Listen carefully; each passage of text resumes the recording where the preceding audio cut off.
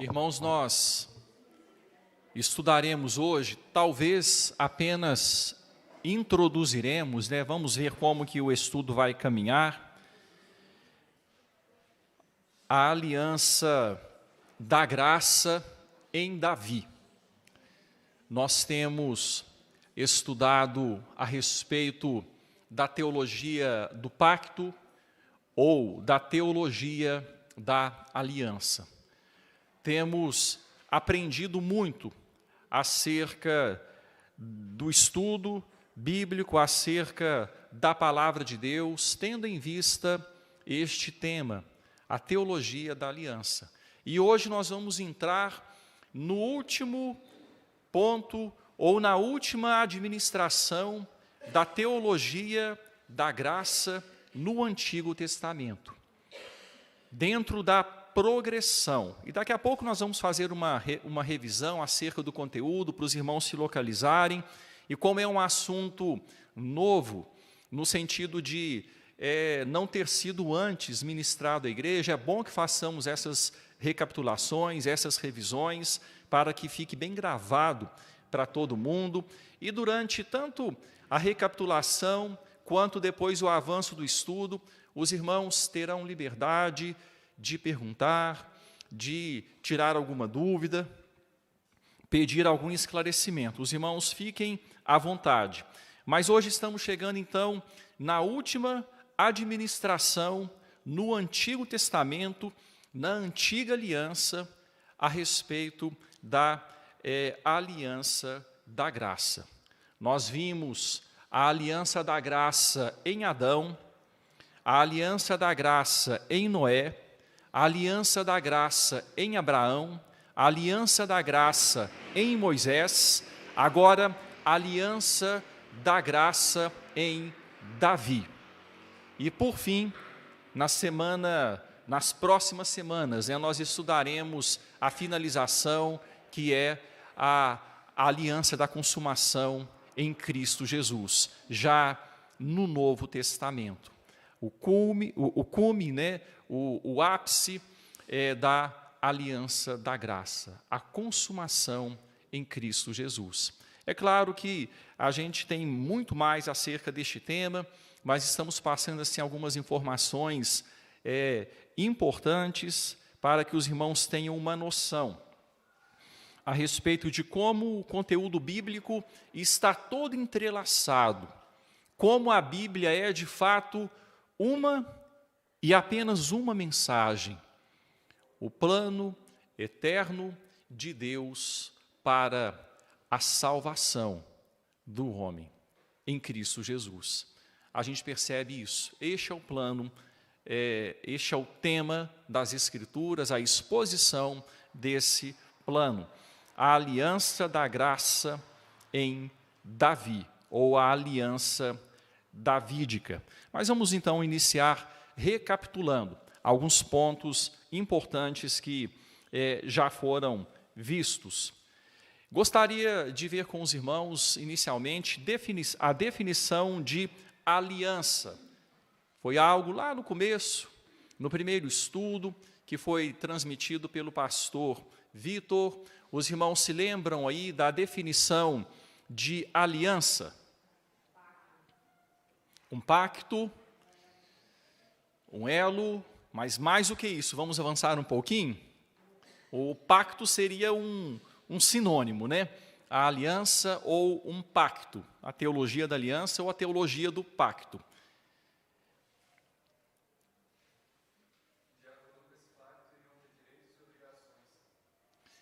Ok, então um pacto que traz em si direitos e obrigações.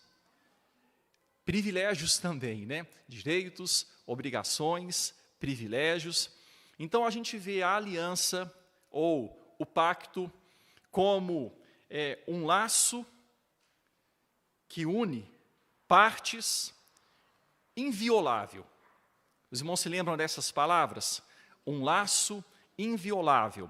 De uma outra forma, nós podemos definir a aliança da seguinte forma: é um pacto de sangue soberanamente administrado. ou um pacto de vida e morte, soberanamente administrado. É um acordo, mas é soberanamente administrado. Nós recebemos as cláusulas, nós recebemos os termos como criaturas baixados do Deus soberano. Então seria esta a definição de aliança, um pacto de sangue soberanamente administrado. Um pacto que tem as suas cláusulas, responsabilidades, direitos, de sangue, porque morte está envolvida, é algo forte, é algo que leva em conta entrega de vida, um pacto de sangue, e soberanamente administrado, porque parte de Deus em direção a nós, e nos alcança. Nós não discutimos os termos, nós não chegamos a consenso quanto aos termos, nós recebemos o que vem de Deus, Deus como soberano, e isso não nos diminui, mas nos coloca no nosso lugar. Isso não nos torna de menos valor, pelo contrário, nos mostra que um Deus grandioso trabalha em nosso favor, usando o seu poder, usando a sua soberania. Nós falamos lá no começo, foi dado também pelo pastor Vitor, sobre a aliança da redenção, ou pacto salutis. Os irmãos se lembram a respeito do que vem a ser a aliança da redenção, ou pacto salutis, ou aliança. Aí eu falando dessa forma agora, trazendo o sinônimo, vai ficar mais claro, né? Ou já vou dar quase que a resposta. O pacto entre a Trindade, os irmãos se lembram? Qual que é, assim, o conteúdo deste pacto?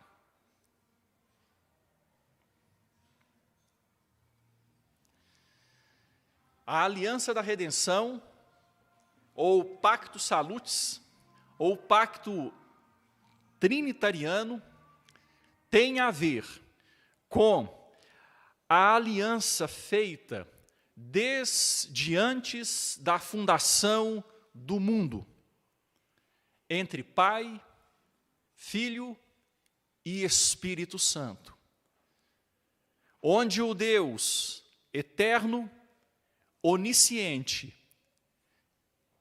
que é apenas um, mas três ao mesmo tempo, decidiu, antes dos tempos eternos, redimir um povo para si, que ainda seria criado através do sacrifício da segunda pessoa da Trindade, o Deus Filho, que no tempo que ainda seria criado, viria ao mundo, se tornaria homem, o homem que ainda não existia, mas ele se tornaria gênero humano, e morreria uma morte substitutiva, em prol daqueles que colocariam nele a sua fé.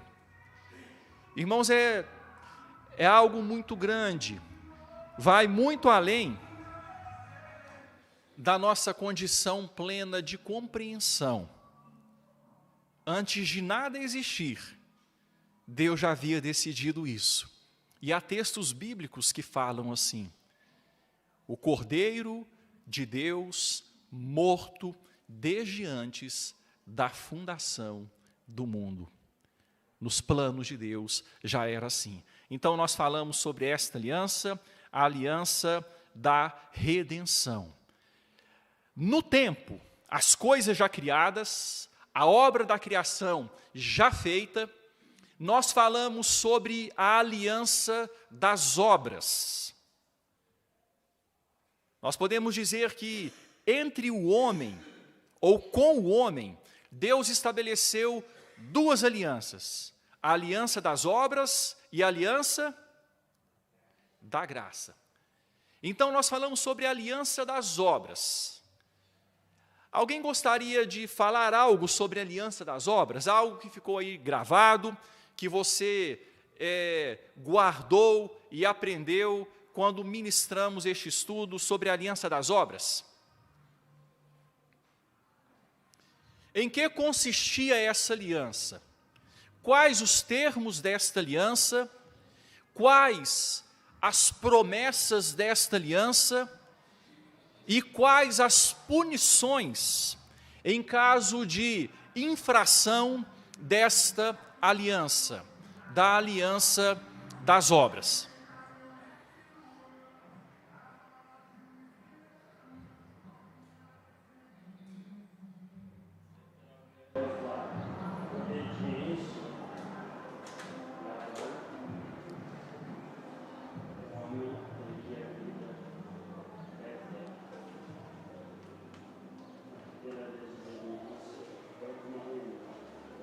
Exatamente, presbítero Adalto. Muito bom, obrigado. Então Deus criou o homem, né? E colocou o homem num lugar perfeito. O homem e a mulher. Adam, do hebraico humanidade. Deus criou a humanidade. E os nossos primeiros pais foram chamados Adam, ou Adão, no dia em que foram criados, o homem e a mulher, macho e fêmea, e foram colocados num lugar de perfeição. Ali Deus se revelou a eles. Deus deu a eles instruções que nós resumimos nos chamados mandatos criacionais. E esses 3 mandatos criacionais, o mandato cultural, deixa eu começar pelo social, o mandato social, onde Deus criou o casamento. Deus estabeleceu o casamento e disse para o homem: multiplicai-vos. Não foi assim que Deus disse? O homem, quando eu falo a humanidade, o gênero humano, o homem e sua mulher, multiplicai-vos. Um homem e uma mulher. A monogamia. Um homem e uma mulher. O casamento heterossexual. Um homem e uma mulher, capazes de gerar descendência. E Deus estabeleceu o casamento. A sexualidade divina, ou segundo Deus, foi assim estabelecida. E o mandato social, multiplicai-vos, é para que vocês se multipliquem. E à medida que vocês se multiplicarem, a terra se encherá. E os relacionamentos deverão ser baseados em famílias, compostas por um homem, uma mulher, que gerem filhos e que ensinem aos seus filhos aquilo que eu tenho transmitido a vocês. Está dentro dos termos da aliança, o mandato social, o mandato cultural. Deus disse para o homem: dominai a terra, sujeitai-a. Não foi assim que Deus disse, irmãos? Podemos dizer que Deus então instituiu o trabalho. Dentro dos mandatos criacionais existe o trabalho. O homem deveria trabalhar para honrar o Criador, para desenvolver a criação feita perfeita por Deus. Deus colocou na natureza um potencial inesgotável. Deus colocou na sua obra uma riqueza absurda. E o homem deveria explorar esta riqueza nas diversas áreas. A gente vê lá em Gênesis já o desenvolvimento da metalurgia. O texto fala a respeito de fabricação de ferro. Nós vemos a questão da música em Gênesis. Nós vemos tantas coisas. O homem deveria desenvolver, por exemplo, a indústria farmacêutica. Na verdade, nem precisaria, tá bom, irmãos, da indústria farmacêutica. O homem, porque ainda não havia a queda, né? Mas o homem teria a vida através de uma nutrição saudável da parte de Deus na natureza. O homem comeria daquilo que Deus havia criado. O mandato cultural, onde o homem lidaria com a criação, o trabalho. E, por fim, o mandato espiritual, onde o homem se relacionaria com Deus, o sábado. 3 palavras que estão colocadas no pacto das obras: o casamento, o trabalho e o sábado. Princípios eternos. Antes da queda, perfeitos. O homem deveria viver para Deus, mas depois de 6 dias, vivendo para Deus e desenvolvendo outras atividades, o homem deveria parar um dia, no 7º dia, e deveria consagrar esse dia totalmente a Deus. O homem deveria ali ajustar o foco da vida. O homem deveria entender que ele era de Deus e para Deus ele deveria viver. O mandato social muito importante. O mandato cultural muito importante. Mas todos eles deveriam ser administrados de acordo com o mandato espiritual. Família é bênção, debaixo da soberania de Deus. Trabalho é bênção, debaixo da soberania de Deus.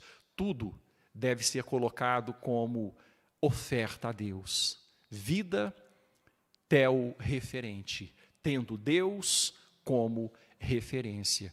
O mandato ou a aliança das obras. E Deus, para tornar bem distinta a posição divina e humana, para tornar bem clara a situação dele e a situação do homem, Deus disse o seguinte: vocês vão desenvolver os mandatos social, cultural, espiritual, vocês vão multiplicar, vocês vão dominar a terra, vocês vão no 7º dia parar para me cultuar, deixando todas as coisas e ajustando o foco.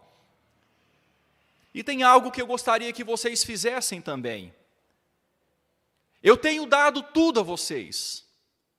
Eu tenho colocado tudo para que vocês usem e usufruam. Mas eu quero que uma distinção seja mantida.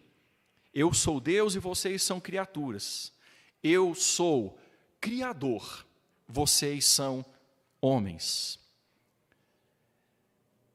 E como Deus, como Criador, vocês me devem obediência.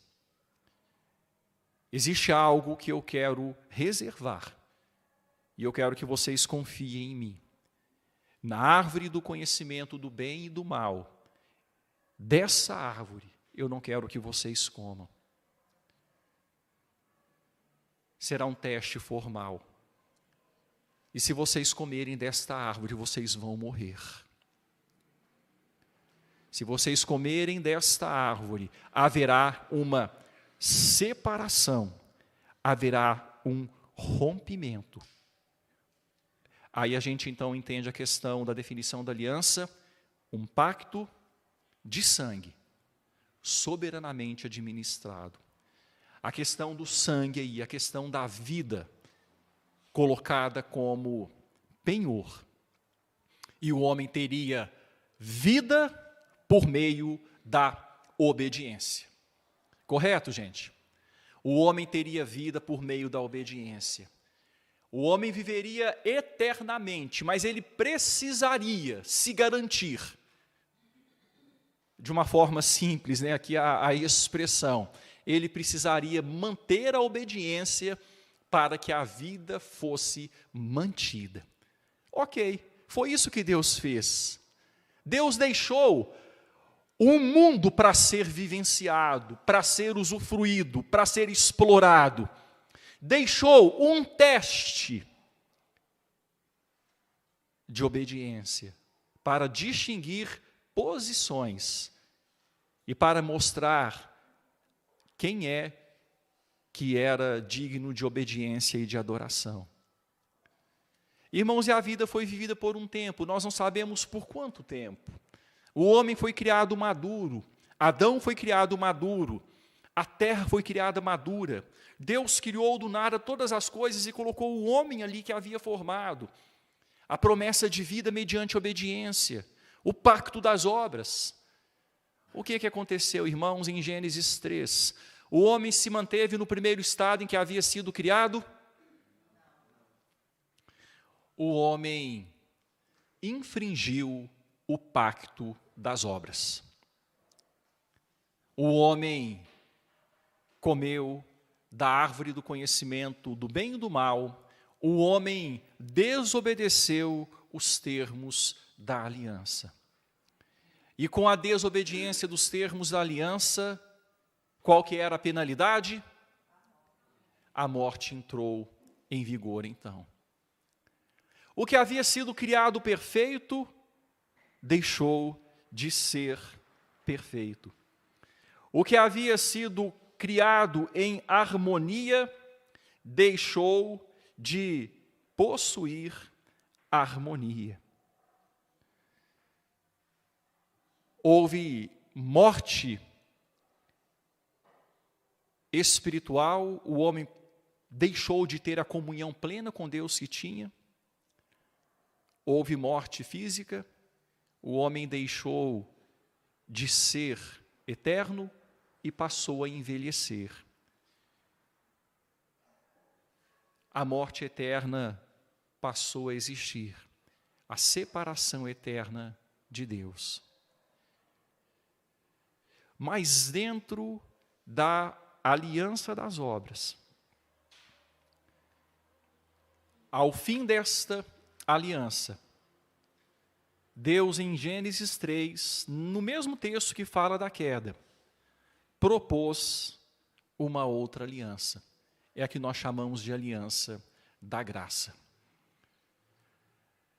E na maldição da aliança das obras, a gente vê a bênção da aliança da graça. Quando Deus permitiu ao homem continuar vivendo, em outras palavras, não foi morto imediatamente, começou a morrer, mas aos poucos. A vida em meio à morte.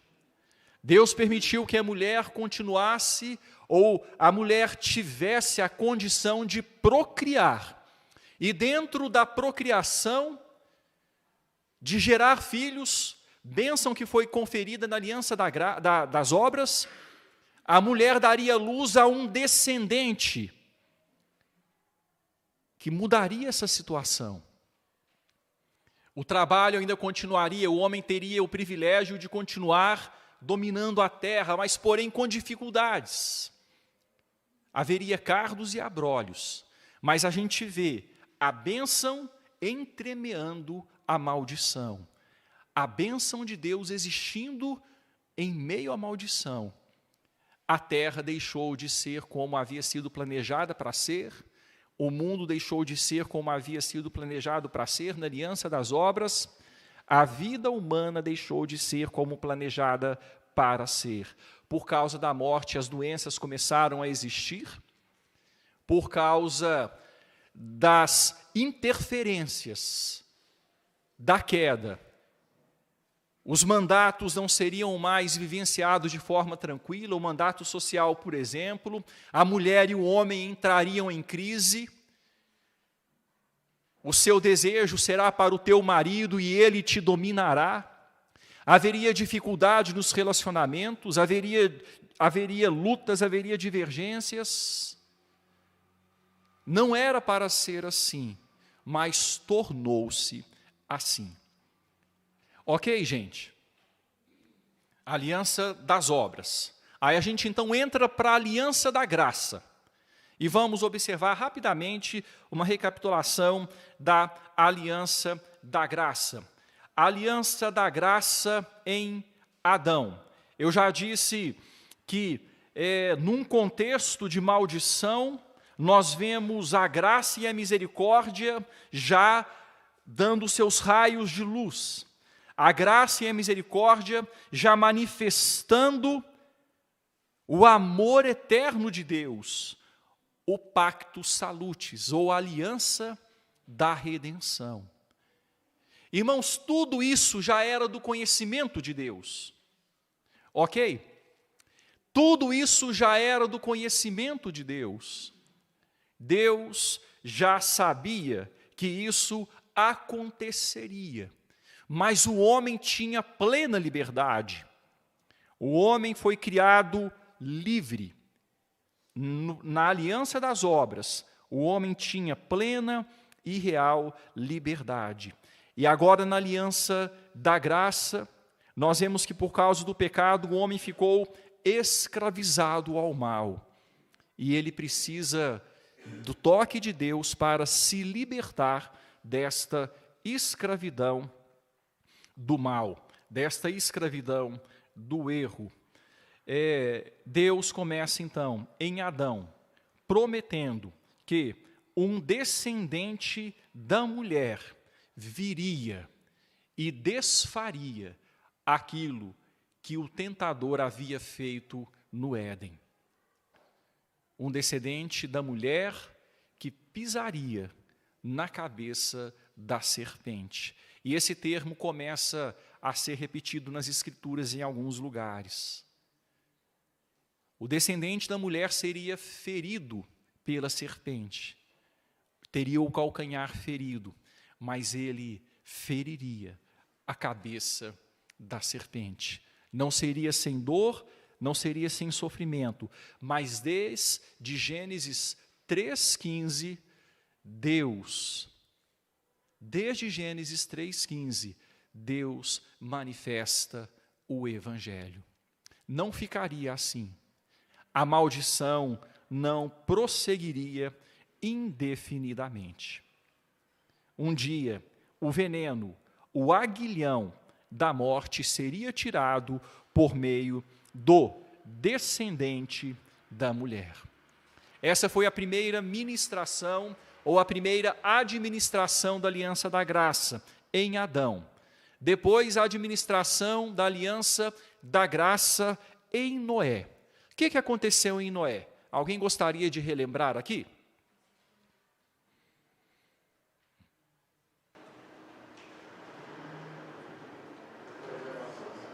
A preservação. Joia. A aliança da preservação. O negócio estava difícil, né, Renan? Deus viu que a iniquidade do homem havia se multiplicado, era mal todo o desígnio íntimo do homem desde a sua mocidade, e Deus então decidiu lavar da face da terra aquilo que ele havia criado. Mas ele resolveu, e tinha que ser assim, dentro dos seus planos eternos, porque o descendente viria da mulher, né? Aquele que destruiria a cabeça da serpente seria descendência humana. O Senhor Jesus Cristo viria como descendente de mulher. Ele resolveu preservar. Ele ofereceu graça a Noé. Toda a humanidade havia se corrompido. Mas Deus ofereceu graça a Noé. Noé achou graça diante de Deus. Graça é algo que alcança, é algo que é dado de forma imerecida. Noé achou graça diante de Deus. E através de Noé, nós vemos a ministração da aliança da graça, ou a administração da aliança da graça, quando Deus mostra que Ele é que preservaria a semente, de onde viria o descendente, que esmagaria a cabeça da serpente. Noé era pecador também, e não demorou muito Noé pecar e mostrar que ele não garantiria os termos da aliança. Na aliança da graça, irmãos, diferentemente da aliança das obras, só outro ponto aqui que eu quero frisar. Na aliança da graça, diferentemente da aliança das obras, Deus se colocou como garantidor do cumprimento da aliança. Na aliança das obras, o homem teria vida por meio da obediência. Na aliança da graça, o homem tem vida por meio da fé. Não é por meio de obediência, porque o homem não obedecerá plenamente a Deus. Jamais obedeceu, desde a queda, e jamais obedecerá. Mas é por meio da fé, que é um dom de Deus. Bom, aqui nós vimos em Noé a aliança da preservação. Depois de Noé, vimos a administração da aliança da graça em Abraão. E em Abraão, o que é que os irmãos gostariam de dizer aí como uma recapitulação daquilo que ficou gravado, irmãos, da ministração do estudo?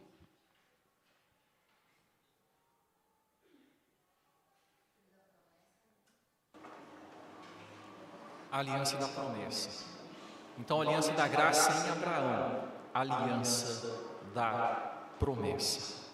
Deus mostrou em Abraão que, além de ele ser o Deus que preservaria a semente, conforme havia mostrado em Noé, Deus mostrou em Abraão que ele cumpriria sua promessa, ele proveria o descendente.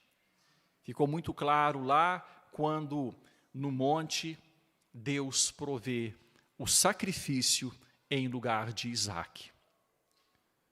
E Deus deixou Abraão passar por isso, para nos dar uma instrução. É Deus quem provê o sacrifício. É Deus quem provê. E as coisas estavam acontecendo, irmãos. A circuncisão foi dada. Os irmãos se lembram da circuncisão? Ela foi dada. A partir de Abraão, Deus marcaria aqueles que seriam seu povo com o sinal da circuncisão, o selo da circuncisão. E a revelação estava em desdobramento. A cada etapa, a cada nova administração do pacto da graça, novas informações estavam sendo dadas, progressivamente.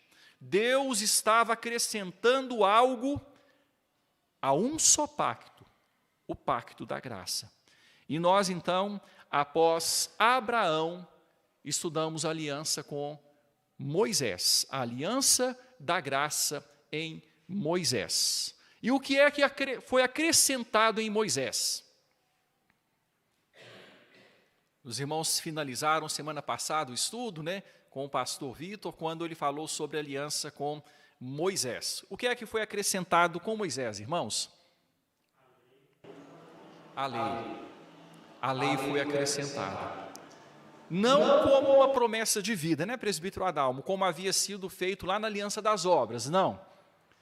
Não como a promessa de que se obedecer, se terá vida. A lei foi acrescentada em Moisés, como uma instrução, como uma referência do povo da aliança, daqueles preservados que vivem as promessas, como é que este povo deve viver enquanto aguarda a vinda do descendente. Enquanto aguarda a vinda do descendente, o povo da aliança deve ter uma vida diferenciada.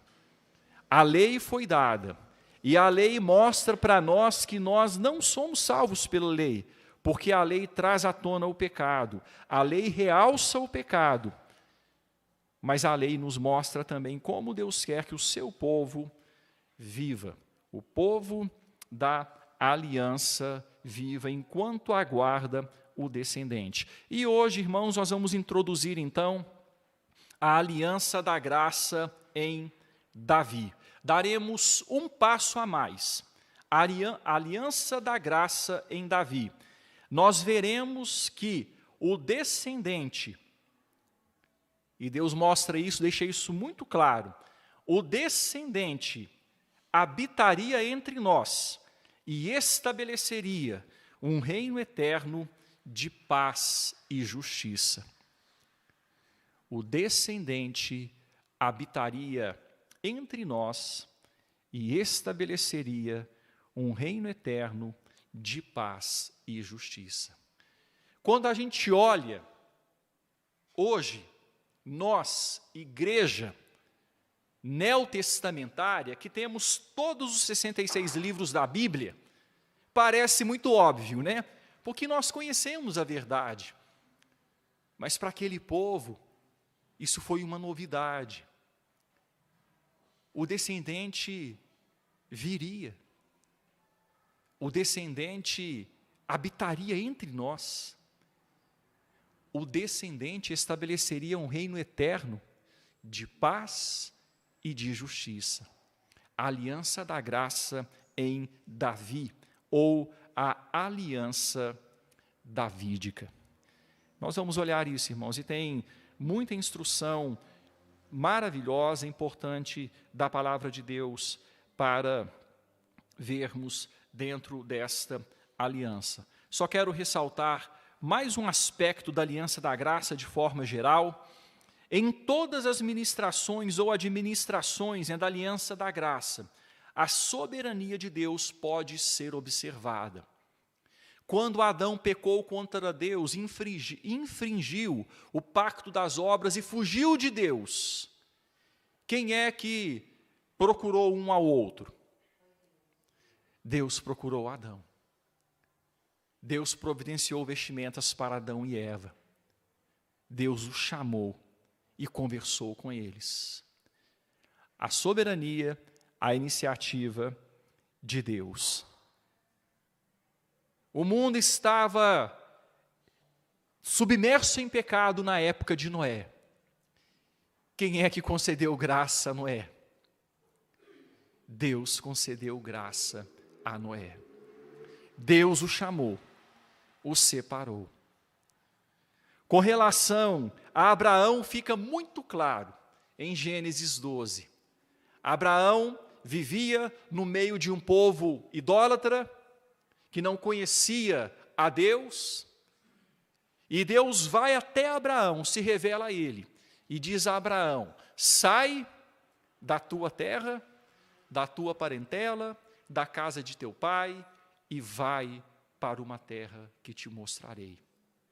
Te abençoarei, te engrandecerei o nome, em ti serão benditas todas as famílias da terra. Embrionariamente já estava aí o chamado para a aliança da graça em Abraão, abençoando toda a terra. Os filhos de Abraão, que fariam parte da aliança da graça, espalhados por toda a terra. Deus chamou Abraão. Como é que foi o início da vida de Moisés, gente? Moisés nasceu destinado a quê? Assim, vamos dizer, dentro do contexto histórico dele, quando ele nasceu, qual que deveria ser naturalmente o fim de Moisés? A morte. Quando ele nasceu, dentro do seu contexto histórico, os meninos do sexo masculino, né, é claro, os meninos, não as meninas, mas os meninos, filhos dos hebreus, do sexo masculino, deveriam ser mortos quando nascessem. Deus preservou Moisés, não foi? Como havia preservado Noé. Deus preservou Moisés. Deus o fez crescer. E Deus o chamou para ser mediador da aliança. A gente vê em cada um desses passos, desses pontos de administração das alianças, a soberania de Deus. E vamos ver que foi assim em Davi também. Então vamos introduzir aqui a aliança davídica. Abra sua Bíblia, por favor, em Mateus capítulo 1. Depois a gente vai voltar para 1 Samuel. Mateus capítulo 1. Gente, vejam como começa o Novo Testamento. E esse começo do Novo Testamento, para mim, é uma chave de interpretação das Escrituras, quando nos mostra que as Escrituras estão realmente entrelaçadas, e é um assunto só. E a teologia do pacto é a chave para o entendimento da revelação bíblica. Vejam como começa o Novo Testamento, que vai apresentar a aliança da consumação, ou aliança em Cristo Jesus. A aliança da graça no seu ápice, no seu clímax. Veja como começa. Gênesis 1, Mateus 1, versículo 1. Vamos ler juntos? Livro da genealogia de Jesus Cristo, filho de Abraão. Olha como o texto começa. Livro da genealogia de Jesus Cristo, filho de Davi, filho de Abraão. Se os irmãos se lembrarem quando o texto bíblico fala de Abraão e Deus fala, olha, eu vou estabelecer a minha aliança com o seu descendente, que você gerará de Sara. Eu vou estabelecer a minha aliança com o seu descendente gerado de Sara. Aqui o texto, irmãos, fala que Jesus é filho de quem? Abraão. Ele é descendente de Abraão e de Sara. Filho de Davi. Nós lemos, segundo Samuel, capítulo 7, o texto que diz, olha, o seu filho Davi me fará um reino eterno. Você quer estabelecer casa a mim? Eu estabelecerei casa a você. O seu descendente inaugurará um reino eterno de paz. Que descendente é esse? Salomão? Não, Salomão não foi muito longe. Salomão se viu perdido em meio ao pecado. O coração de Salomão falhou contra Deus. Quem que é o filho de Davi? Na aliança davídica. Quem que é o descendente de Abraão? Na aliança abraâmica, aliança com Abraão. Aí o Novo Testamento começa, livro da genealogia de Jesus Cristo, filho de Davi, filho de Abraão. Vamos entender então a questão aqui de ser filho de Davi. Vá, por favor, comigo para 1 Samuel, capítulo 16. 1 Samuel,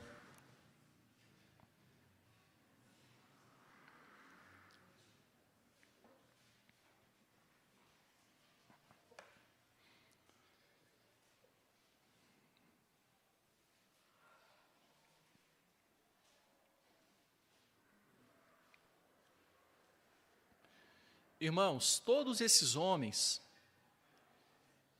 foram escolhidos. Eles são representativos como mediadores da aliança. O papel deles dentro da história bíblica é mostrar isso para a gente. A soberania de Deus na administração das alianças. É mostrar Deus fazendo com que o seu plano seja desenvolvido no decurso da história. A gente fala aqui de uma história de milênios. Uma história de milênios. E a gente percebe aqui então, em 1 Samuel, capítulo 16, eu peço a você que me ajude na leitura. Nós vamos fazer a leitura de forma responsiva. Capítulo 16, de 1 a 13. Aqui estamos no contexto da teocracia ou da monarquia teocrática em Israel. Houve um primeiro rei, Deus tinha os seus porquês para o reinado de Saul, Deus tinha os seus planos, e agora então o segundo rei de Israel está sendo separado. Mas ele não seria simplesmente rei de Israel, ele seria mediador da aliança. Ele faria parte da linha genealógica do descendente. Ele seria ascendente do Messias. 1 Samuel 16, vamos ler então até o versículo 13, responsivamente. Disse o Senhor a Samuel: até quando terás pena de Saul, havendo-o eu rejeitado, para que não reine sobre Israel. Enche um chifre de azeite e vem. Enviar-te-ei a Jessé, o belemita, porque dentre os seus filhos me provi de um rei.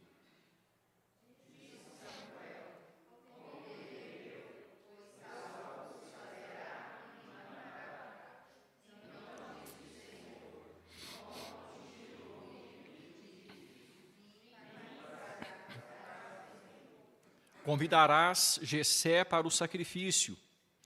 Eu te mostrarei o que hás de fazer, e ungir-me-ás a quem eu te designar.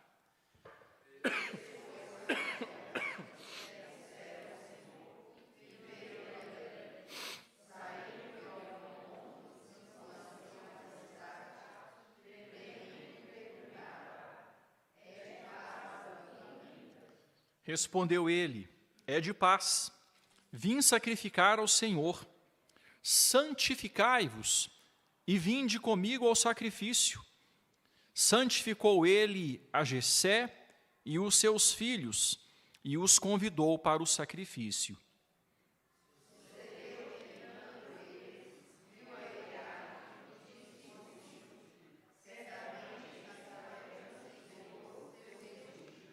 Porém o Senhor disse a Samuel: não atentes para a sua aparência, nem para a sua altura, porque o rejeitei. Porque o Senhor não vê como vê o homem. O homem vê o exterior, porém o Senhor o coração.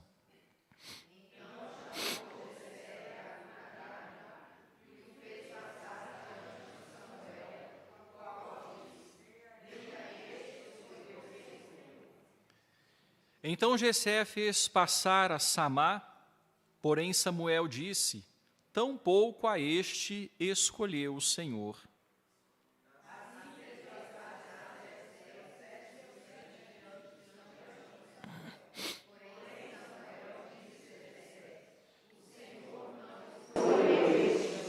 Perguntou Samuel a Jessé: acabaram-se os teus filhos? Ele respondeu: ainda falta o mais moço, que está apacentando as ovelhas. Disse, pois, Samuel a Jessé: manda chamá-lo, pois não nos assentaremos à mesa, sem que ele venha. Então mandou chamá-lo, e fez entrar. Era ele ruivo, olhos como a guarda. Disse o Senhor: levanta-te e unge, pois este é ele. Tomou Samuel o chifre do azeite e o ungiu no meio de seus irmãos. E daquele dia em diante, o Espírito do Senhor se apossou de Davi. Então Samuel se levantou e foi para Ramá. Irmãos, percebam aqui que Davi era o candidato improvável à unção. Nem havia sido cogitado. Quando Samuel chamou Jessé para que um filho de Jessé fosse ungido,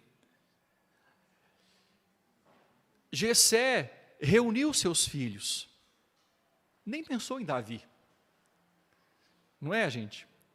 Ele nem pensou em Davi, ele reuniu todos aqueles que, no seu entendimento, poderiam ser o escolhido, ou poderia ser o escolhido. Davi não, é muito novo, ainda não tem experiência. A gente vai vendo, irmãos, a soberania de Deus na administração do pacto. E ali os homens vão passando, os filhos, né, vão passando, a começar com aquele que já era soldado e participava das guerras com Saul. E eles foram passando e tal, não é esse, não é esse, não é esse, não é esse. Acabaram seus filhos.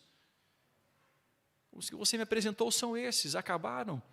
Não, tem mais um, mais moço, mas ele é o mais moço, assim, eu nem pensei, né, que ele não tem as prerrogativas E Samuel pediu para que Davi fosse chamado, e quando ele chegou, Deus falou: olha, Samuel é esse. E ali ele foi ungido. As coisas loucas do mundo, as coisas que não são, para reduzir a nada as que são. É assim que Deus trabalha. Irmãos, e Deus estava chamando Davi para ser parte do seu plano eterno. A gente costuma falar de Davi como o matador de gigante, não é? O derrubador de Golias, e as crianças aprendem na escola dominical: quem que é Davi? O que derrubou o gigante com uma pedrada na testa. Então esse é Davi, mas Deus chamou Davi muito mais do que para isso. Isso é detalhe da história de Davi. Davi foi o principal e maior rei do reino de Israel, mas não foi para isso que Deus chamou Davi. Isso foi detalhe. Irmãos, eu quero mostrar para os irmãos que Deus não vê como vê o homem. Não é isso que o Senhor disse por meio de Samuel a Jessé? Deus não vê como vê o homem. O homem admira Davi, um herói, e a palavra muitas vezes é pregada como inspiração. Não, você vai derrubar os seus gigantes e tal, como Davi. O homem admira o reinado de Davi, que tinha reinos que pagavam tributo, que pagavam imposto. Mas Davi deve ser admirado por um outro motivo. Ele foi mediador da aliança. Ele foi escolhido para ser pai de Jesus Cristo. É esse o grande papel de Davi. Livro da genealogia de Jesus Cristo, filho de Davi, filho de Abraão. Ele não foi escolhido para matar Golias e para ser rei de Israel. Ele foi escolhido para ser pai de Jesus Cristo. Nos termos, tá bom, irmãos, que nós estamos passando para os irmãos. Por favor, abra sua Bíblia agora em 2 Samuel. Nós já vamos encerrar com essa introdução. Só mais alguns textos rápidos que eu quero ler. 2 Samuel, capítulo de número 23.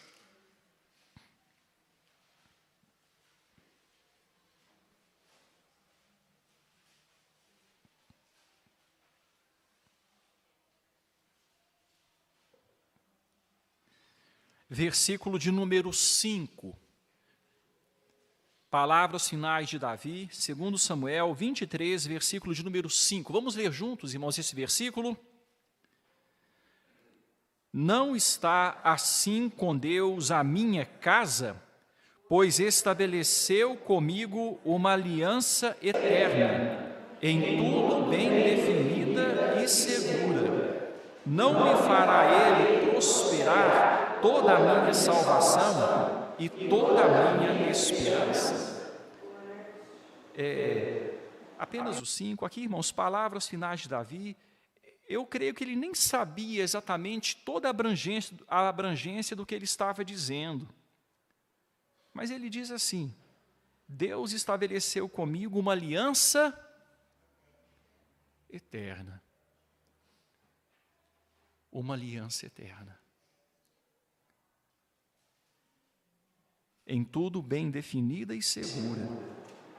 Não me fará prosperar ele, não me fará ele prosperar em toda a minha salvação e toda a minha esperança? Irmãos, Davi teve filho Salomão. Salomão já trocou os pés pelas mãos, fez muita coisa errada. E depois de Salomão, o que aconteceu com o povo de Israel? Houve uma divisão. O reino não estava tão seguro assim, né, presbítero Adal? O reino material, físico, visível, não estava tão seguro assim. Roboão, filho de Salomão, por amor a Davi, reinou sobre Judá e Benjamim. Mas as outras tribos seguiram a Jeroboão.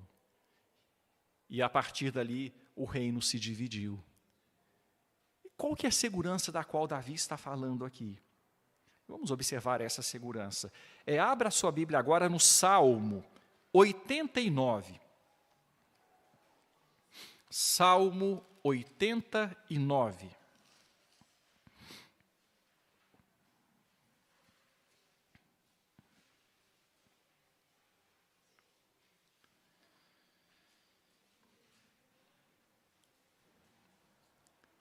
Os primeiros 4 versículos, nós vamos ler responsivamente também. Cantarei para sempre as tuas misericórdias, ó Senhor. Os meus lábios proclamarão a todas as gerações a tua fidelidade. Pois disse eu, a benignidade está fundada para sempre, a tua fidelidade, tua confirmarás nos céus, Senhor. Fiz aliança com meu escolhido e jurei a Davi, meu servo.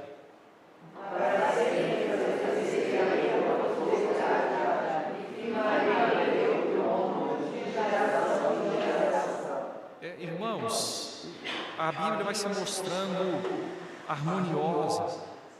Aqui o Salmo, ele diz, olha, eu vou cantar para sempre as tuas misericórdias. O Deus que nos visita, nos tirando de nós aquilo que nós merecíamos, e nós merecíamos a morte, mas pela misericórdia de Deus estamos vivos, misericórdias que são a causa de não sermos consumidos. Eu vou cantar para sempre as suas misericórdias, Senhor. Os meus lábios proclamarão a todas as gerações a tua fidelidade, o Senhor que cumpre o que prometeu, o Senhor que é fiel àquilo que o Senhor disse. Então o salmista prossegue dizendo, pois disse eu, a benignidade ou o amor pactual, é esse o sentido do termo benignidade, amor pactual. A benignidade está fundada para sempre, a tua fidelidade tu a confirmarás nos céus. Para sempre nos céus, dizendo, fiz aliança com meu escolhido e jurei a Davi. Irmãos, percebam o papel de Davi. O texto não está falando de um Israel geográfico, étnico, civil, um reino de Israel terreno. Fiz aliança a meu escolhido e jurei a Davi, meu servo. O que Davi está representando aqui? Para sempre estabelecerei a tua posteridade. A dinastia de Davi já não existe, irmãos. A dinastia de Davi prosseguiu por um tempo, por misericórdia de Deus, por alguns séculos. Depois o reino foi enviado cativo, o reino do sul, o reino de Judá, que tinha por reis, descendentes de Davi, foi levado cativo para a Babilônia. Mas aqui o texto diz, para sempre estabelecerei a tua posteridade e firmarei o teu trono de geração em geração. Para sempre a tua posteridade. Que posteridade é essa? Quem é o filho de Davi? Filho de Davi. Livro da genealogia de Jesus Cristo, filho de Davi. Como que para sempre a posteridade de Davi está firmada? Através da aliança da graça em Jesus Cristo. O descendente de Davi veio estabelecer um reino eterno de paz. Firmarei teu trono de geração em geração. E eu finalizo agora a última leitura, irmãos. Salmo 132. Salmo 132.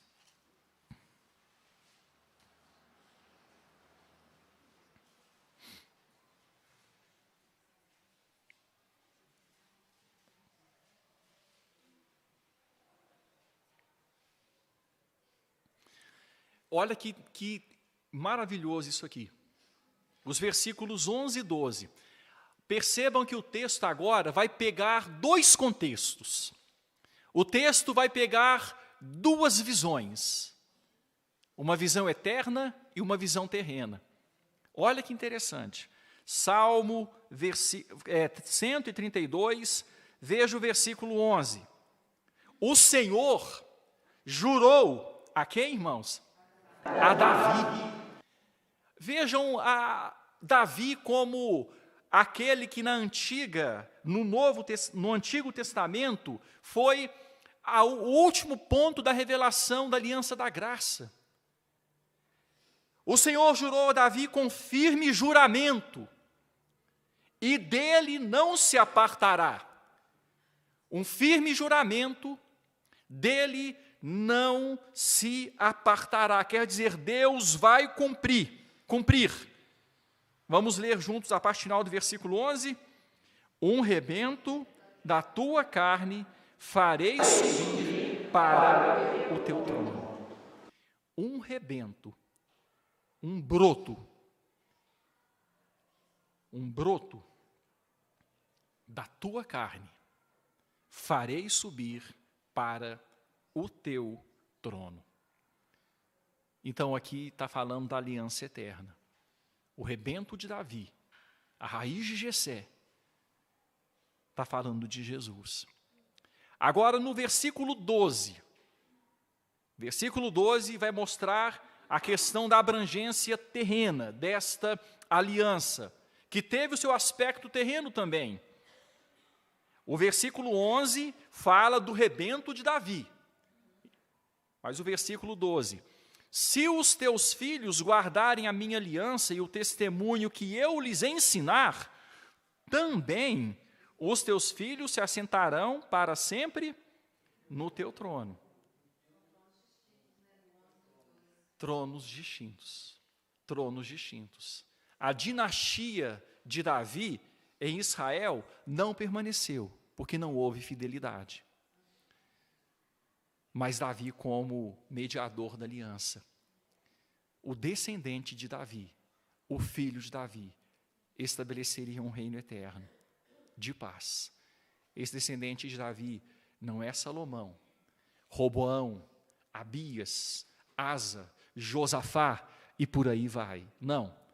Esse descendente está em Mateus 1:1, livro da genealogia de Jesus Cristo, filho de Davi, filho de Abraão.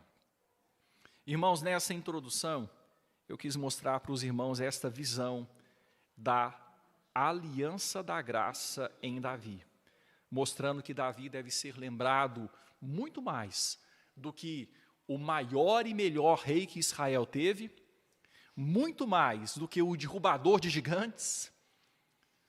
Davi foi chamado por Deus, desprezado de início pelo próprio pai, mas foi chamado por Deus, que não vê como vê o homem, para entrar em aliança e ser pai de Jesus Cristo, para ser mediador da aliança da graça. Amém, irmãos? Alguma pergunta? Tem alguma dúvida daquilo que a gente comentou, do que a gente já falou? Somente acrescentar, no Antigo Testamento ainda, nós vemos os dois salmos, né? Acabamos de fazer a leitura do 132, né? Lemos outros salmos, e ainda, só para acrescentar, lá em 1 Crônicas, no capítulo 17, 2 Samuel, no capítulo 7, reforça toda essa ideia de salmos. Ou seja, é incrível como é que, igual o senhor falou, a Bíblia vai se ligando. Isso fora o contexto do Novo Testamento. Verdade, Heitor. Está tudo entrelaçado, né? Tudo entrelaçado, e a gente percebe que Deus fez tudo de forma sábia e perfeita. Graças a Deus por isso, né? E quando estudamos esses homens, nós precisamos entender que eles foram servos escolhidos por Deus para uma missão eterna. Noé, Abraão, Moisés, Davi, esses homens tiveram um papel, e eles são servos de Deus, servos de Cristo. Eles amaram profundamente o Senhor Jesus Cristo, na esperança, na fé, naquilo que aconteceria. Vamos orar, irmãos. Se Deus permitir, na semana que vem, nós vamos prosseguir a aliança davídica, mostrando como é que se deu em Davi o desenvolvimento desta aliança. A aliança da graça em Davi. Senhor, obrigado pelo seu plano eterno e obrigado porque esse plano foi se desenvolvendo até chegar no nascimento do teu filho, o leão de Judá, a raiz de Davi. Ó Deus, obrigado por Jesus, através dele, ó Pai, a penalidade que estava sobre nós, desde a aliança das obras, em Adão, lá atrás, a penalidade que estava sobre nós, a morte por termos infringido a aliança das obras, em Adão, já não está mais, ó Deus, na nossa conta. Foi tirada de nós e foi acrescentada à nossa conta a justiça de Cristo. Obrigado, Senhor, porque a aliança da graça vai se desenvolvendo até chegar no Salvador, descendente de Davi, que veio para morrer na cruz em nosso lugar e nos dar salvação. Nós lhe agradecemos por esse que é o tema das Escrituras, Pai. E lhe agradecemos porque nós temos, por tua graça e misericórdia, conhecido o Salvador e sido alcançados por Ele. Obrigado, Senhor, e que esta verdade possa ser, ó Pai, recebida como deve ser recebida por nós, com profunda gratidão e adoração por tão grande salvação que temos no Teu Filho, em nome de quem fazemos esta oração. Amém. Amém, irmãos. Que Deus abençoe e dê um dia na presença dEle para todos.